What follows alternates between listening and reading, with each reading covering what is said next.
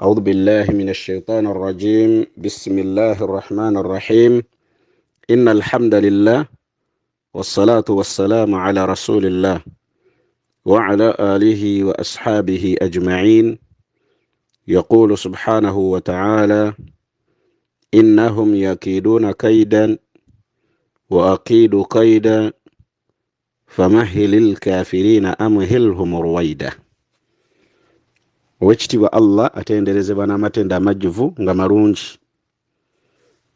Allah subhanahu wa ta'ala akyatwazisa obulamu bw'edduniya buno bwe yatugamba obw'ekisiikirize ekigayazisa omuntu ne yeebaka mwana wattu bw'abondeeza agenda okuzuukuka ng'ekiziikirize kyavuddewo dda ali mu musana.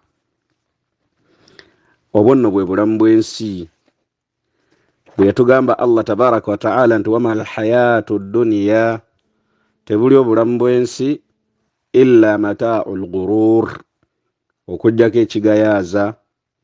Mwana wattu nga bw'osalawo okugayaala n'olagajjala ogenda givaamu obeere nga ofaafaaganiddwa. Allah bw'aba akusaasidde n'ogimanya nti mpewufu okusinga ebiwewufu byonna, ogenda givaamu ng'oli muwanguzi.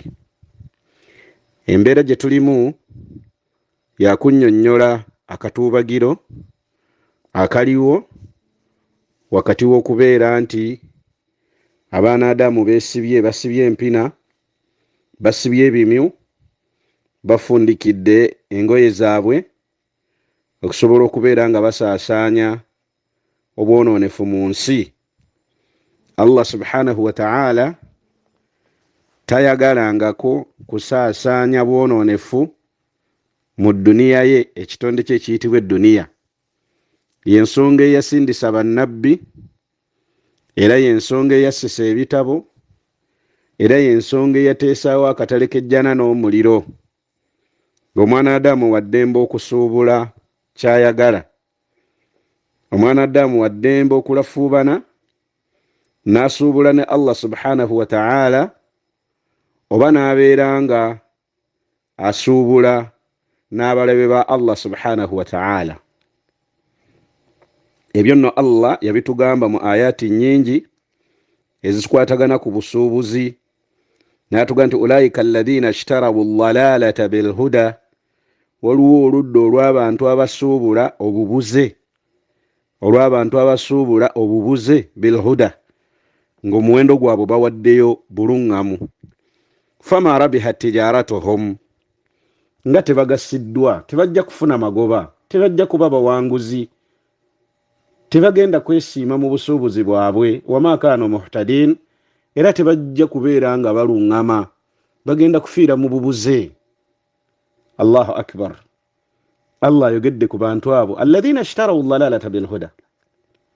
Nagandi Allah subhanahu wa ta'ala nti ulaika alladhina ishtaraw alhayata ad-dunya bil akhirah, era beebo mwana wattu abagula obulamu bw'ensi, baagala kweyagala, kufuna ttaka, kukakkanya amateeka ga Allah gamalawo, kulwanyisa ddiini ya Allah kuvaawo, bateekewo obwonoonefu, abantu bawase ebisolo, abasajja bawase basajja bannaabwe, abakyala bawase bakyala bannaabwe, abantu babeere nga bambala bukunya, obwenzi bufuuke obwenzi, abantu banywe omwenge bagangayire, ng'ekigendererwa kusiguukulula na kujjawo sisitimu ya Allah subhanahu wa ta'ala eviirewo ddala abantu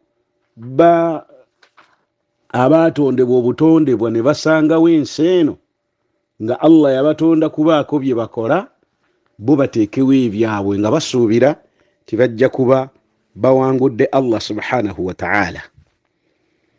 Nja kubasaba mukkirize olwaleero aya ze tutandise nazo. Allah subhanahu wa ta'ala agamba ti innahum yakiduuna kaida. Yali ayogera ku kibinja ky'abantu abo bennyini abaliwa alladhina ishtaraw dhalalata bilhuda, ababeera nga basuubula obubuze obwononefu nga babuweerayo nga bawaayo muwendo gwa bukkiriza. Olwaleero obwononefu ensaasaana gye busaasaanamu, obutemu n'ebitta abantu bye tulina, omuwendo gwabyo ogubisasulira bakkiriza babasse, amayumba gaabwe gafudde oba amayumba gaabwe bagasaanyizaawo n'ettaka lyabwe baliwambye. Allah gani fama rabihat tijaratuhum, mu mbeera zaabwe tebagenda kuwangula, tebagenda kubeera abawangula n'akatono, tebajja kubeera nga beesiima n'akatono. Wama kaanu muhtadin, era tebagenda kufuna buluŋŋamu. Ulaika alladhina ishtaraw alhayatu dunya bil akhirah, bonno kye bakola bagula bulamu bwansi babeere bulungi, tekinologiya waabwe abeere nga yeeyongera okuyitimuka, babeere nga basobola okwefuŋŋama ku nsi nga tewali ayogera, nga abantu abasinza Allah subhanahu wa ta'ala babayita misota, babayita bikulekule, babayita bimenke, babasse nga teri agamba n'akatono. Alladhina ishtaraw alhayata ad-dunya, be bagula obulamu bw'ensi bil akhirah, nga bawaddeyo akhira obeegendeegende. La hawla wala quwwatan illa billah. Abo nno bw'atyo Allah subhanahu wa ta'ala bw'aba tugamba, atugambye mu aya eno nti innahum yakiduna kaida, mazima tebannaba kubeera nga bakkakkana, bali mu mbeera ya kulafuubana, okubeera nga bateekateeka enkwe zaabwe ezigenda okuziguukulula n'okugjawo enkola ya Allah subhanahu wa ta'ala mu nsi. Allahu akbar. Allah ganti wa akidu kaida, enkwe ezo Allah subhanahu wa ta'ala n'abanga aziremesa, aziyiwamu amazzi. Subhana rabbul izzati wal jalal. Yayogera ku bantu abo Allah mu aya eri mu suratu Maida aya ya 33, naga nti innama jazaa'u alladhina yuharibuna Allaha wa rasulahu wa yas'auna fil ardi fasada an yuqattalu aw yusallabu aw tuqatta' aydihim wa arjuluhum min khilaf aw yunfaw min al-ard dhalika lahum khizyun fid dunya wa lahum fil akhirati adhabun alim. Aye yesembe yega nti bafaafaganiddwa newankubadde balaba nti balina obuwanguzi, newankubadde balaba nti balinnye obusiraamu ku nfeete, newankubadde balaba nti ettaka ly'obusiraamu balibbi, abaana b'abasiraamu babasse, bayiye omusaayi gukulukuta bukulukusi mu mbeera y'ekibba ttaka kye tulina, mu mbeera y'ekirumba mizikiti eriwo, mu mbeera y'obulyake nti ow'amaanyi ey'obuliisamaanyi eriwo, ow'amaanyi yaalya, naye ne beerabira nti Allah subhanahu wa ta'ala yabawa amaanyi mwana wattu. La hawla wala quwwatan illa billah. Eyo embeera yegenda mu nsi, ne Allah subhanahu wa ta'ala tuga nti innahu yumhil wala yuhmil, mazima ye Allah mu mbeera ze mukwata mpola, naye si mulagajjavu ku bigenda mu maaso.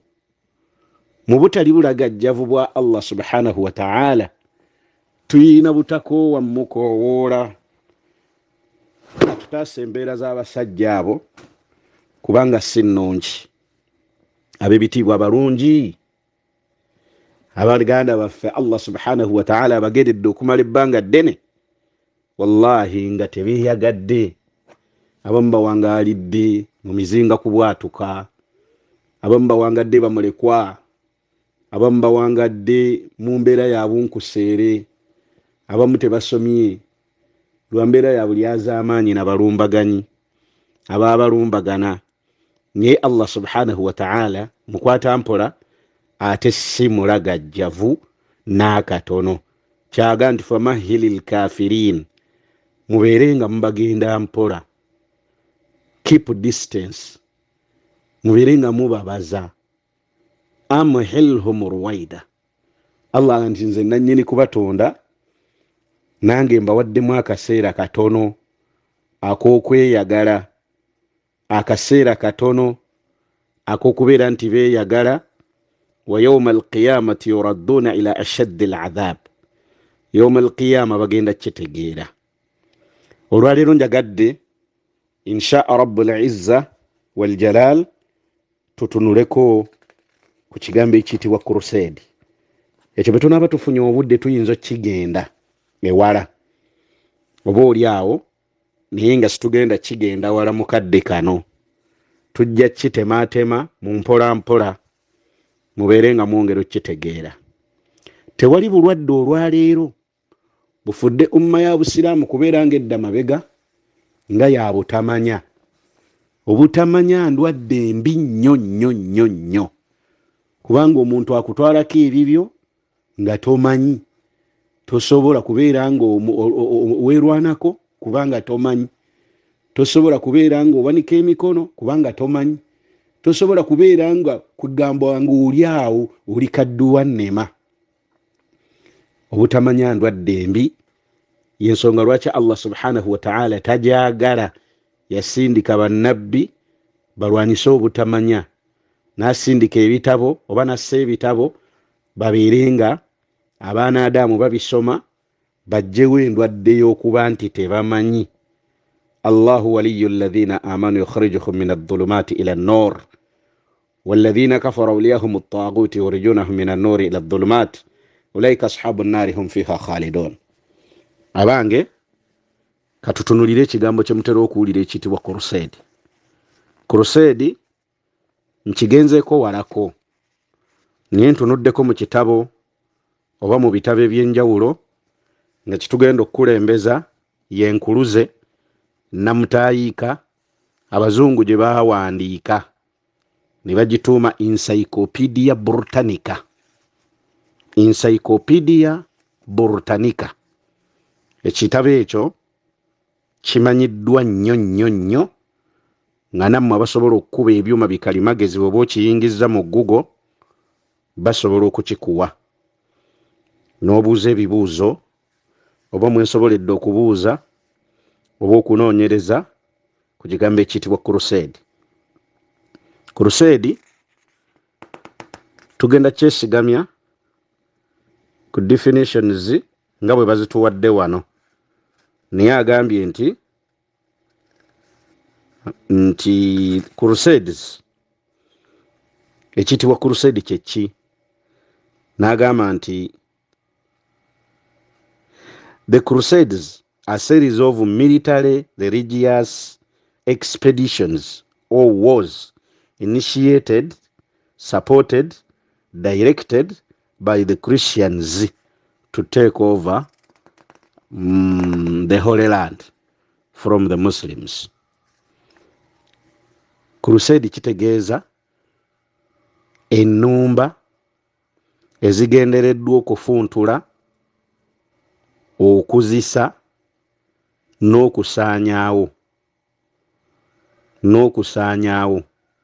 ebitundu ebifungamyemu ebitundu ebitukuvu ebifungamyemu abasalaamu bisobole okweddizibwa mu bitundu, bisobole okweddizibwa nga ababyeddiza be bakristaayo abaripootinga abakiriiminga ti ebitundu ebyo byali byabwe. Holy Land, ebitundu ebitukuvu. Ensiitaano eyo emaze ebbanga nga yatandika kinene nebeera nga eteekeddwamu ssente eziwerako, nebeera nga etrainingiddwamu abantu abalwanyi abayitibwa abacombatants abawerako, nebeera nga etereddwamu ebiseera obukodyo obundokooli obuwerako. Era ono n'atugamba nti the Crusaders were organized by Western Europeans. The Crusaders were organized by Western Europeans, Christians, after centuries of Muslim wars of expansion. Their primary objectives were to stop the expansion of Muslim states and the reclaim for Christian the Holy Land in the Middle East. Wanachatudde and to recapture territories that had formerly been owned by Christians. Ke katubagiro ke balonkinga ekitibwa crusade nga kalimu bamukwata mundu abalwanyi abakristaayo nga bakwolekeza abawambi abawamba ebitundu bya Middle East ebiraga nti mu byafaayo ebitundu bino ebiri mu Middle East ebitukuvu byali obwannannyini bwabyo obwebange byali by'abakristaayo. Kati akatubagira ak'okubeera nti mu mbeera yonna oba yakuyiwa musaayi oba yakutta buli kiramu oba yakubeera nti ebizimbe byonna bikoonwa ne biggwawo bo tebafuddeeyo what the price may be, naye ng'ebitundu ebyo birangiriddwa nga bizziddwa mu mikono egy'abakristaayo.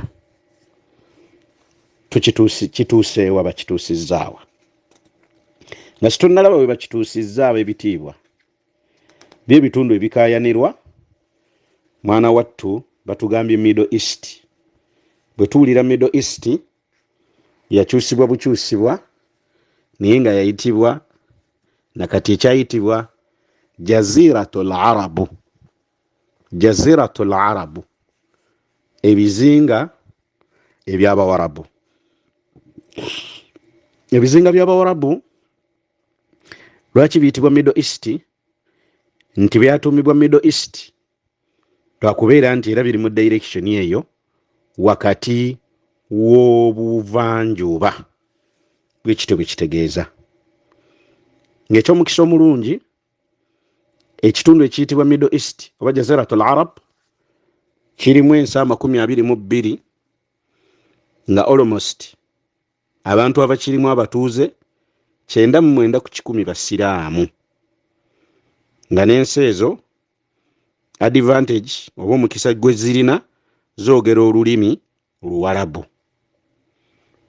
Ekyokusatu lwaki zitikaayanirwa bannaffe okubeera nti baziwamba, Allah yaziteekamu ebyobugagga by'omu ttaka ebiwerako nga zaabu ayitibwa gold, diamond, feeza n'amafuta petroleum, nga n'ensi ezo wammanga n'ensi zino wammanga ze zikola Jaziratul Arab oba Middle East.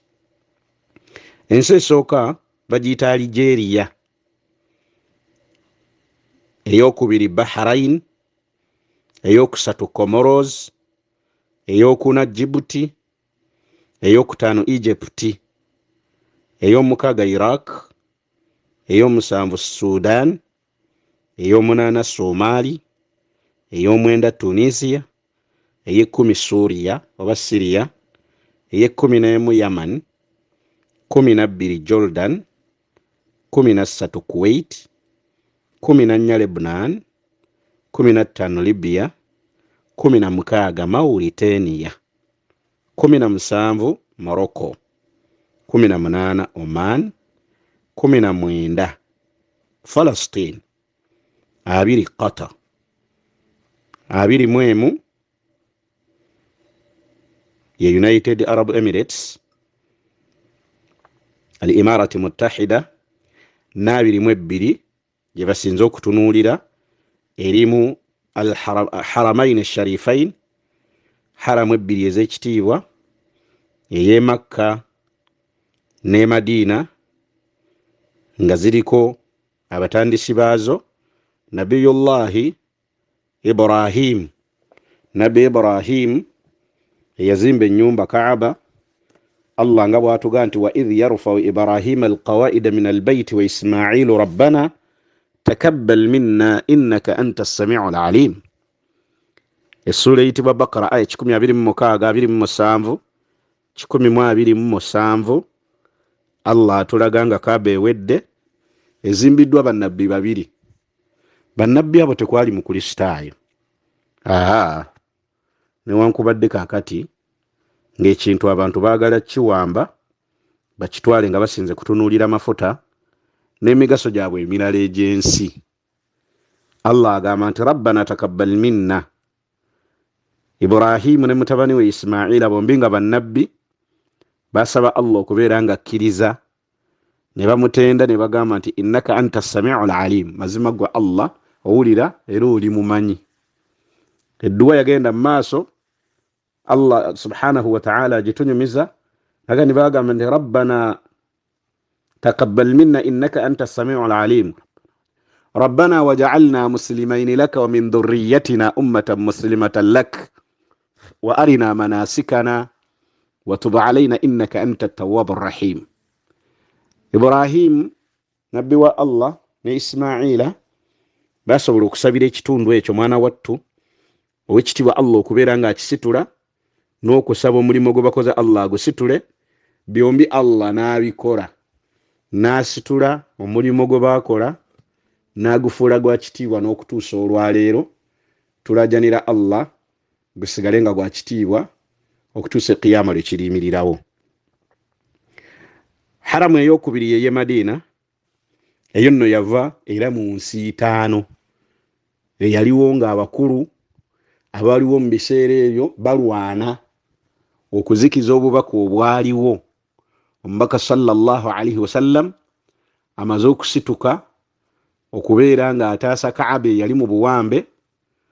Tugambye initially basiramu be bagizimba, ate oluvannyuma bannaffe ne bagitekako amasanamu oluvannyuma lw'okubeera nti obwononefu bwajja mpola mpola nga busikirwa, ng'abantu babuwagira okwenda okwekanga nga tebakyasobola kwawula mbulungamo na bubuze. Kino kye tubagamba nti Allah subhanahu wa ta'ala tutaasa tulina kubeera nga wakati w'obukaafu n'obusiraamu olusalosalo lwawo lunene nga tewali bibuzaabuza ng'olwaleero. Omuntu okugamba nti aba yabizze olugoye lwe n'ayambala ddemege y'ebitulituli ng'oyo omanya nti ajambadde tasaala, nga n'atasaala si musiraamu nga kwomulabira. Naye kyannaku kubeera nga ate olaba Jamaada, Budala, Siraje, Yusufu, Mastuura, Husina nga bibambadde engoye ezaali badde ez'abali, kubanga bo bamanyiddwa nti tebasaala.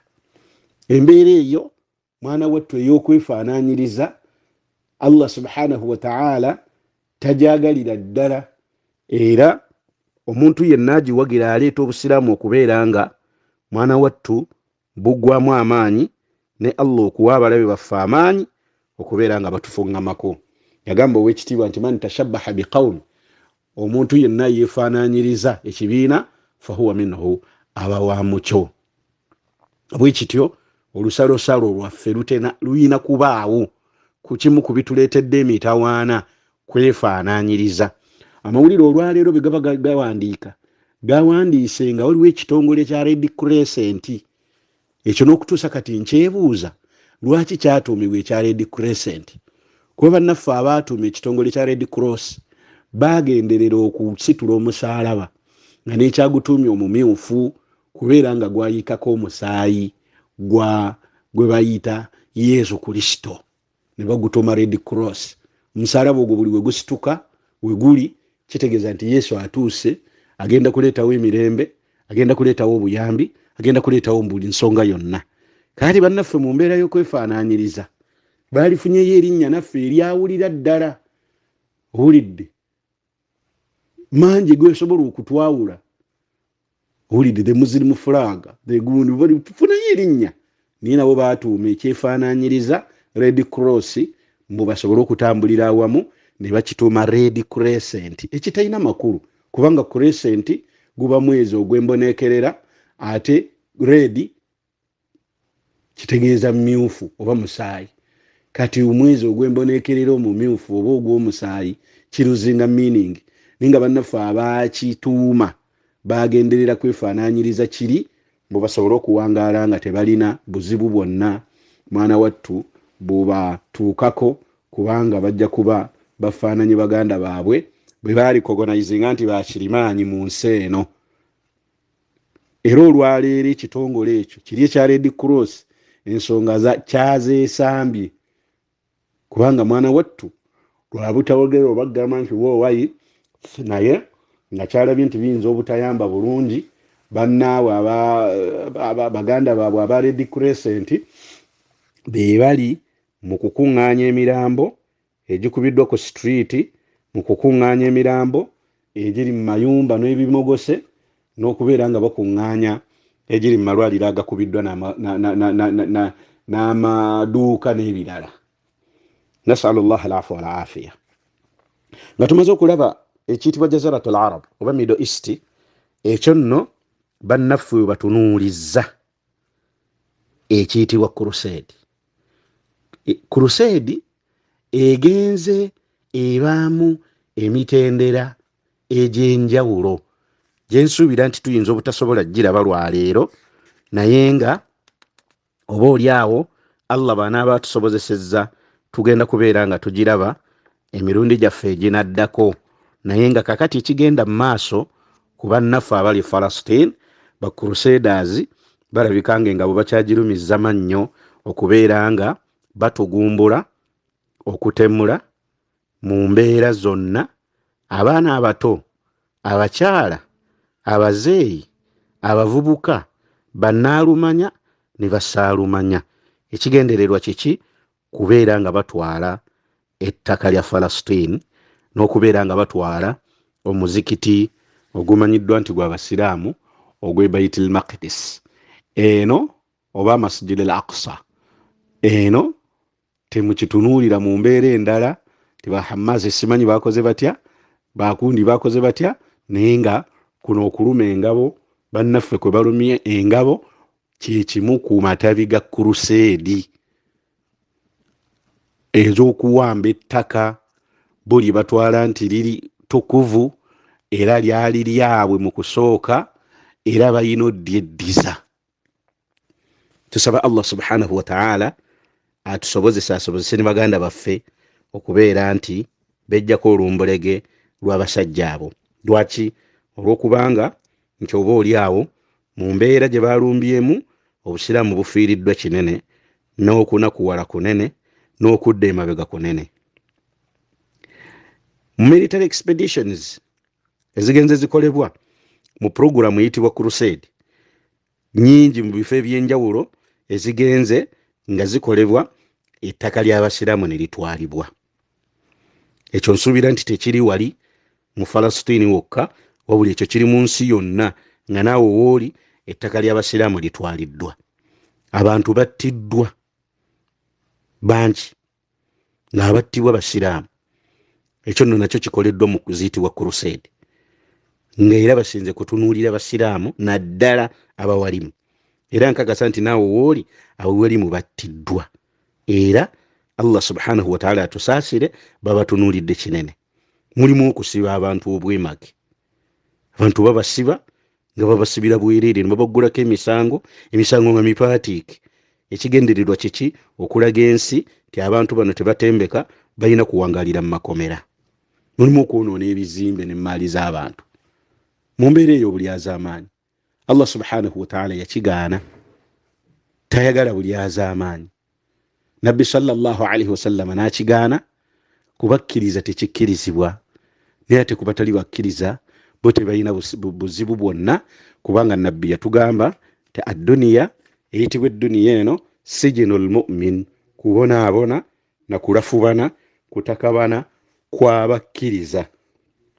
Omuntu tayinza kufuna kiwummulo ng'akyatakabana. Yensonga lwaki abaganda baga nti gakyali mabaga. Sijinul mu'min, buli lw'omanya nti okyali ku mabaga ng'ate waliwo sizoni y'enkuba ejja, oyina kunywera n'obaga mangu n'okuba obudongo n'osereka. Kati tuli mu mbeera ya kubaga, tunyiikire tukuba obudongo tusereke.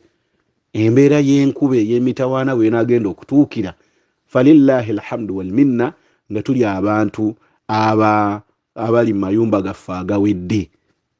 Ekyo nno kiyinza okuba nga kyogereddwa mu balaaga, naye nga kitegeeza nti tukole ku dduniya tukyali ku mbeera ya kuzimba nnyumba zaffe. Waliwo emitawaana egijja egyetaaga nti buli muntu agenda kuba n'ennyumba nga naye yejjana, ataagifune agenda kubeera nga tajja kuwona bibonerezo bya Allah subhanahu wa ta'ala. Abange twetereeze tudde eri Allah subhanahu wa ta'ala. Embeera eno bwe muba munoonya obuwanguzi tulina gikozesa mu mbeera gye tuzze tubagamba ndi mukono abakyasobodde omukono Allah basobozesezza tusaba bawa amaanyi. Abasobola edduwa tesobola kuba y'amaanyi okujjako nga weetereezezza. Olabika bulungi, oyambala mu mateeka, by'oyogera bya mateeka, towangaala n'abemimi b'amateeka balabe ba Allah, tobawagira mu puroguramu zaabwe.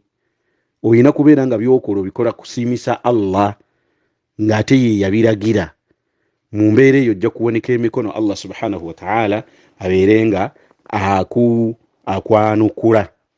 Nyenga mu bufunze obw'ekitalo ekitundu ekitunuuliddwa si kyawali kyokka Palestine, wabula Jaziratul Arab, Middle East yonna etunuuliddwa. Singa tunaazinga emikono ne tutabaako kye tukola mu kwetereeza, mu kwawulira ddala empisa zaffe n'abalabe ba Allah, ekintu kikyatukoseza ddala. Allah agambye Nabbi sallallahu alaihi wasallam man ra'a minkum munkara falyughayyirhu biyadihi. Bamukono tubasabidde Allah abasaasira abongera amaanyi, fa in lam yastati fa bilisani.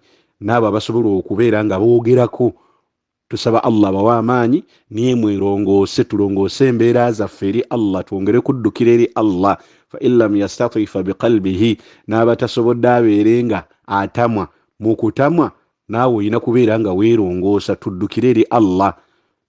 Sallallahu alaihi wasallam n'atugamba nti wa jannatul kafir ad-dunya sijnul mu'min.